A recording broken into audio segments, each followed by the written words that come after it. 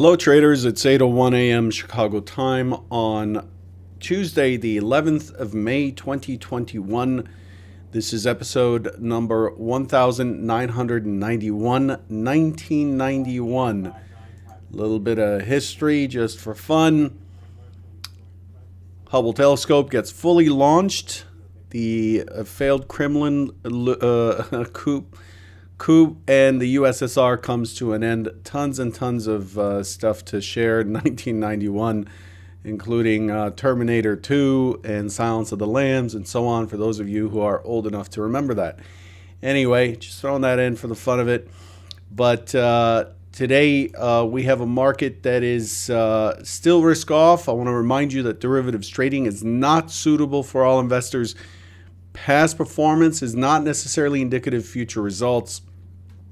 Let's take a look at the pre-market summary sheet here this morning. We are pretty red. This is the kind of day, I think I mentioned yesterday, I said, for me to start looking to the short side, we would need a 1.5 to 2% down day. And then we would want it to be followed by an intraday. I would look to trade short, but for the one-time framing up to come to an end, and for us to start to become aggressive or with structured trades on the bearish side, we'd want to see a 1.5 2% down day, and then we would want to see it try to come back, and then not able to get back up to that 42.38 and a quarter in the S&Ps. The weakness is mostly led by the NASDAQ. The NASDAQ getting hammered quite a bit. It was yesterday as well. And the Russell as well is relatively weak. So that's where that stands this morning. So let's look at the leaderboard today. The laggard today, the biggest loser today is the Euro Stoxx 50. Down 105 points, 106 points. Remember, this product trades at 3,900, down 2.64%. The DAX is off 394 points, 2.56%. The Russell's off almost 50 points, 2.21%. The NASDAQ's off 270 points, 2%. Crude also getting hit, down 98 cents, trading at 63.94, down 1.5%. And the S&P's down 54 points, 1.29%. This is a day you would want to kind of hang out and pay attention, because this is the type of day where opportunities are likely to be relatively abundant. Opportunities for gain as well as for loss, of course. The Dow is down 304 points, 0.88%. Gold is off $10, trading at $18.26. Silver is down 13.5 cents. The leader today is the yen, the euro, and the cable, running away from the dollar. The dollar's off 13 cents, trading at 90.05.5. And the 10-year notes off as well. The 10-year notes on the bonds are off this morning. The bonds are off 8 ticks. So not seeing money flows into the bonds. With that, the S&P inventory is down 85% or so. We have a multi-distribution profile at this point, and a range of 60 points almost, 58 points. So let's see what he's got. 41. Yeah, it's about 59.5 points or so. Today we also get multiple Fed speakers. We have a bunch of them: Feds Williams, Feds Bernard, Feds Daly, Feds Bostic, Feds Harker. These people are likely to say stuff that may impact things. And we're also seeing losses in the cryptocurrency space as well. So that's where we stand this morning. Let's have a look at what we expected yesterday. Yesterday, the primary scenario expected a pullback, a small pullback with a test of the overnight low. Is looking for 42.22 and a quarter to break. and then I was looking for a rally back up to 42.38, 38.25, the overnight high, for a push to 32.40. Secondary, just an immediate push higher and a trend towards 42.50. And then the third scenario, which ended up working out, is a slight push higher above 42.32, and then a drop to 42.20, and an extension down for 42.11 before the bounce. And the market went much farther than that. Here's what we actually got yesterday. Let's cut down on the noise a little bit here. So you can see it opened up, pushed to 42.31, down to 42.20. I found this to be a pretty tough trade because all indications were to get short, and the shorts just would not push through this 42.20 area. And then I gave up on it as a pushback to the open. The open was 42.28.50. It made a small, weak high local double top, 42.28 even, and then it finally gave them up. The target for the short for me was 18 and a quarter, and then it pushed to 14 and came all the way back to 30 before the selling in the afternoon. And then the selling was pretty precipitous. I mean, it just pushed right through. We did not take the prior day's high as expected, but we took out the prior day's low, ending the one-time framing up on the daily and putting us in line for a push to where, you guessed it, 4180. 4180 is the MC point of control of the region. If you remember, this is the area where we just love the price, 4180, and we ended up making it. I was actually surprised that we made it that far. I thought we'd drop down to 4202 and maybe bounce back up. Overall, my read of yesterday's action was quite poor. My execution was also quite poor. I think I just didn't have it. The session after non-farm payrolls tends to be quite balanced and very quiet. That Monday tends to be one of the lowest volatility days of the month, the day after non-farm payrolls. So that's where that stands. So we ended up with a pretty decent drop. We have a P-shaped profile, but P-shaped profiles are not born the same. We can create a P-shape by trading down below, trending, and then consolidating at the top. That's a indication of a potential short squeeze. But this P-shaped profile is liquidation, is long liquidation, as it started in balance and it went out of balance, and we finished at the extreme yesterday. We did not break the IB high. We had a downtrending day. We finished on the extreme. The expectation is that we would continue down in the overnight session. It's an indication that the market did not find the buyers it was seeking as it was dropping. And so we get a little bounce in the Asian session, and then we drop immediately right through. We create this high volume node in the 4180 area as expected. We did the same for yesterday's end of session, and then boom, immediately starts selling off in the Asian session, and then the Europeans come in and they sell some more. So we end up migrating the overnight point of control to our next key area, which is 4151. We're regurgitating the same prices from last week, 4151. If you recall, I said yesterday that maybe I didn't say it in the Trader Bite. I said it in the Head Trader channel on Convergent. You know, the volume's high. We're seeing volatility pick up. We're seeing ranges pick up, and this is likely to cause a VIX spike, and we're likely to see pretty good follow through, and that's what we got in the overnight session. So remember the numbers: 41, 81. Oh my God, it'll take me forever to type these. 51, 23, right? Double O, and 40, 67. We're still playing. We're still driving on the same map. These are the levels as we go down. And of course, as we go up, you have 42.11 and then 42.32, I think.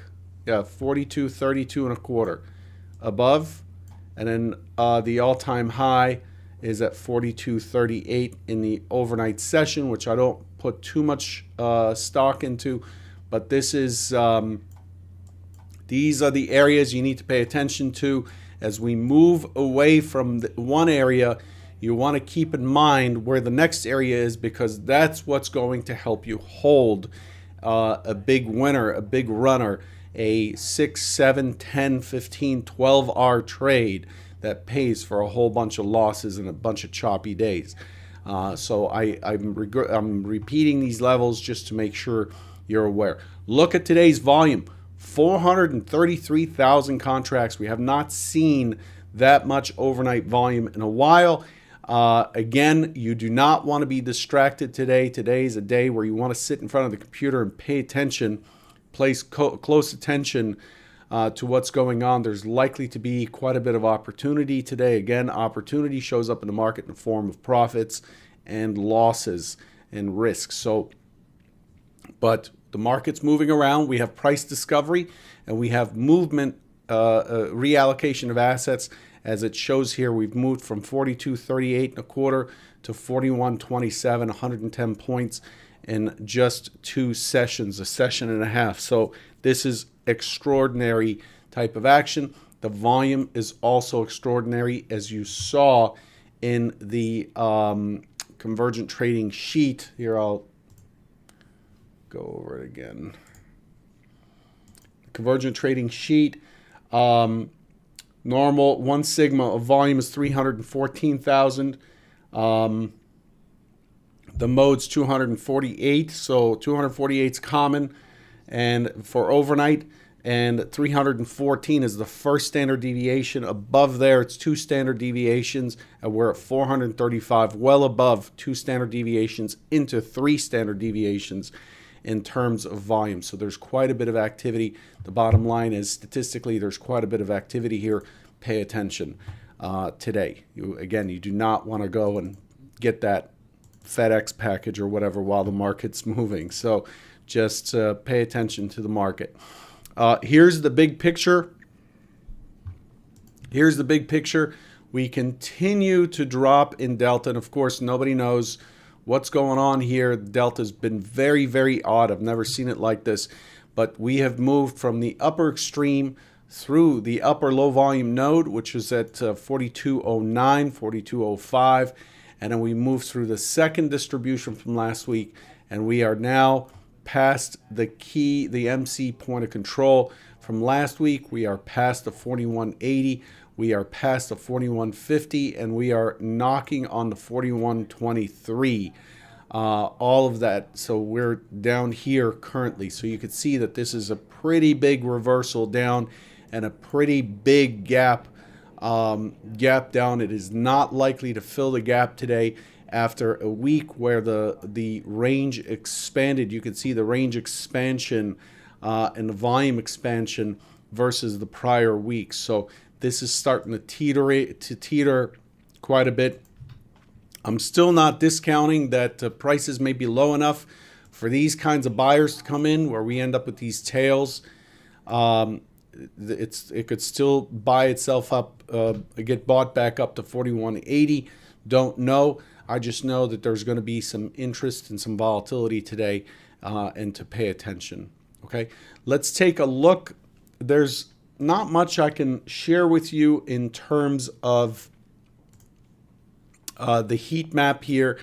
The heat map is relatively noisy. 4122 has some size on it. You can see the size resting in this bid, dark maroon line, meaning this is one of the larger bids in view. the view changes as we move up and down. The view changes, and then above us, 4140 has a very large block in it, resting. I had to restart Edge Pro Exit just before the trader bite started, so I lost some of the heat map back here, but it's still the same. This has been resting here. 4140 has been resting here since we broke through. We broke through 4140 from the top with a collision, and we have now that area is well offered. So those are the two big areas above us. Actually, this measured move here should be removed. If you're getting the levels. If you're with convergent trading, you're getting the levels, you'll see that this measured move level will disappear as soon as I'm done with the trader bite. So not much more to say other than it's a very busy tape. You can see the tape on the right is quite busy. There are a lot of dark bands. Dark bands are 100 lots or better on the buy side or the sell side. And it's been relatively busy. Let's take a look at what's expected for today.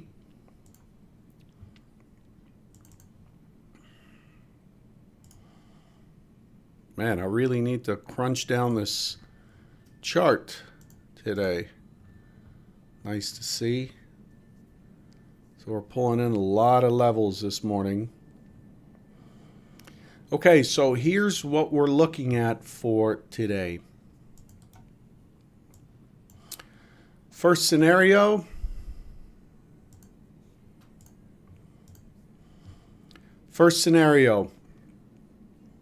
It does not look like it's done to the downside. We're pushing up against the weekly low. I'm looking for, because inventory is now approximately 90% short, I'm looking for an open that is responsive.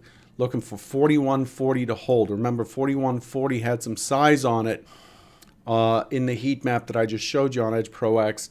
4140 expected to hold, and then I'm looking for it. So I'm looking for responsive buying back up. Looking 4140 up to 4140 to hold, and then I'm looking for a breakdown, and then to take out the last week's low, which knocks out a fair amount of stops there, probably for a trip down into 4104, 4100. Hold here for a bit, bounce at the close. If it does not hold the 4100, then it really opens the way to 4067. I think 4085 is in the way slightly, just a little bit, but 4067 becomes the big target. 67 down here, 4067 becomes the big area to test if it's not able to hold the 4100.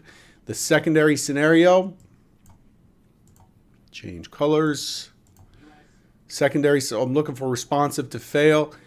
Secondary scenario, push immediately, poke through 4120, base down here, 4110 or so, impulse up back into the low end of the range, and then start to migrate towards 4140, and then come back and rest on or around 4151. This is a responsive scenario, not expecting us to fill the gap zone. The gap zone is way up here, and so I'm expecting this gap zone to remain open up here. It's a very, very low probability. It's somewhere around 5.5% probability that it would fill the gap zone up to 4178.50 this morning. So those are the two main scenarios. There's scenario 3, of course. Scenario 3, I'm not going to draw it on here, but scenario 3 is an open test down, push through the overnight low, test down, and then impulse higher, open test down, drive up, which would bring us back in and towards the 4180 up to 4175 or so. So pay attention to 4120, pay attention to 4103, and then 4100 is key. If we give up 4100, we're likely to test at 4067. Okay, so that's where it's at today. Good luck, and mind your risk. This is a day where you don't want to get involved emotionally in the trade. Okay, this is the kind of day where you might fight the trend or you might fight for your P&L. Please put away your P&L and pay attention to what the market is giving us in terms of waves that we can surf or in terms of setups or flow. Don't trade your P&L. Your P&L is irrelevant to the market. Detach yourself from your P&L and your need to be right. It's not about being right. It's about getting an alignment and making it so the market makes you right. Good luck.